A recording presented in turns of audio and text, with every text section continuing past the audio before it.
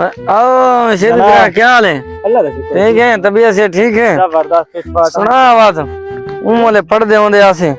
میڈما پوچھ دیاں استاد پوچھ دیاں بھائی پڑھ لکھ کے بن سو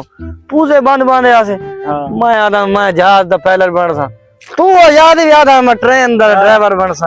یاد ہے نا یاد بس رو لگایا یار اے ودے ہن محنت مزدوریاں کرے تے بہتر ہی نہیں پڑھنا حقیقت ہے بس حقیقت ہے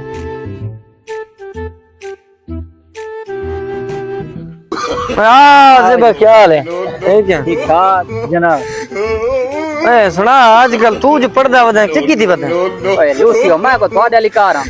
پڑھ لکھ کے میں ڈاکٹر بنتا ڈاکٹر ہاں تو ڈاکٹر بن سے اوے سیول سا یا ڈاکٹر بنا بس کیا کرنا ارے ڈاکٹر بننا کوئی سوکھا ہے یہ واسطے ودیاں ودیاں ڈگریاں چاہیے دن رات ہک کرنا چاہیے بڑی تیاری چاہیے تیاری اوے مر رہے ہیں میری تیاری تھئی پئی ہے او کی میں اوے ہکا تے ڈاکٹر اج گال کرنی پوندی ہے تھوڑا مریض نہیں بچدا ایک ملتان چا ونجا